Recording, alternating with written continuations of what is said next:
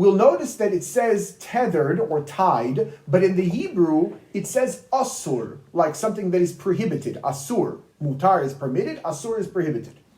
The reason why those two words in the English, bound or tethered and prohibited, are rendered from the same Hebrew word asur is because just as something is physically tied or bound or tethered and therefore can't move, can't go anywhere, if something is prohibited, it cannot be used for serving God, right? You can't eat pork in the way that you could eat, let's say, beef, kosher beef, and then use that energy to serve God. One is permitted, unbound, and so when I eat it and use that energy and serve God, that energy, that spiritual life force of that cow, for example, elevates to a higher plane because it has been used in godly service. Therefore, it can do all that, or that can happen with it because it is unbound. Here, something that's prohibited is bound. No matter how much I might eat of the pork and use its energy to serve God, that isn't going anywhere because it was a prohibition in the first place.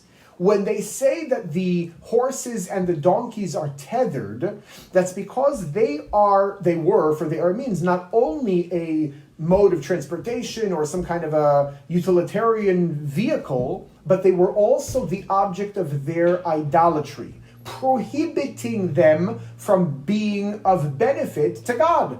They are now the objects of exactly the opposite of serving God, rather serving idols. For that reason, they use the term asur, they are tethered.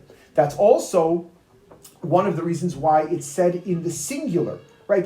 Technically it's translated as the horse is tethered and the donkey is tethered. Of course, the implication is plural, but then why it's said in the singular is because the concept, not a particular donkey or many of them, but the donkeys or the horses are fundamentally, that whole category is prohibited, and therefore it's said in the singular.